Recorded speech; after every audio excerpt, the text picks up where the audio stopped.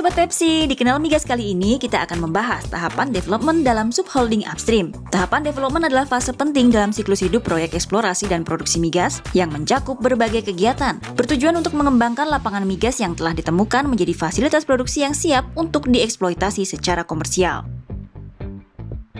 Tahap pertama setelah ditemukan cadangan migas adalah evaluasi dan persiapan. Evaluasi teknis dan ekonomi dilakukan untuk menentukan kelayakan pengembangan lapangan. Penilaian melibatkan analisis data geologi, geofisika, dan teknik reservoir untuk memperkirakan volume cadangan yang dapat diproduksi.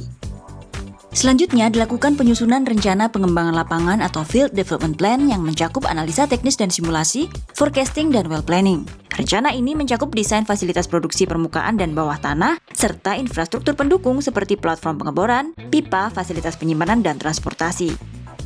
Setelah itu, tahap berikutnya adalah mengurus berbagai izin dan persetujuan dari pemerintah dan otoritas terkait, termasuk izin lingkungan, penggunaan lahan, dan izin operasional. Lalu perusahaan akan menyusun dan menandatangani kontrak dengan berbagai pihak terkait seperti kontraktor, pemasok, dan pihak ketiga lainnya.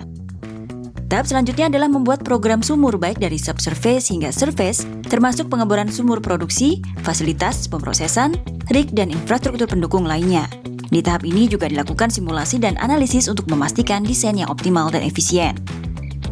Masuk ke tahap selanjutnya yaitu pengadaan material, peralatan, dan jasa yang dibutuhkan untuk pembangunan fasilitas produksi. Setelah itu, proses pemasangan fasilitas produksi, pengeboran sumur produksi, serta pemasangan infrastruktur pendukung dapat dimulai. Setelah servis fasilitas siap dan rig sudah tersedia, selanjutnya masuk ke pengeboran sumur produksi serta membangun dan menginstal fasilitas produksi di permukaan beserta infrastruktur pendukungnya.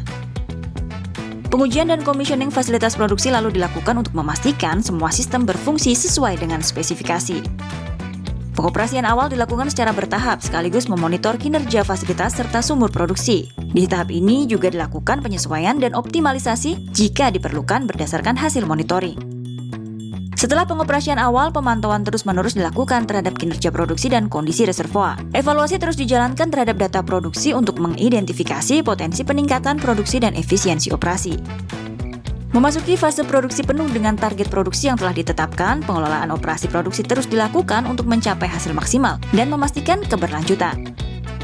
Setelah lapangan mencapai akhir umur produksinya, dilakukan perencanaan dan pelaksanaan decommissioning atau penghentian operasi. Tahap ini melibatkan pembongkaran fasilitas, rehabilitasi lokasi, dan pengelolaan limbah sesuai dengan peraturan yang berlaku. Melakukan reklamasi lahan untuk penggunaan selanjutnya yang berkelanjutan untuk mengembalikan lokasi ke kondisi yang aman dan sesuai dengan standar lingkungan.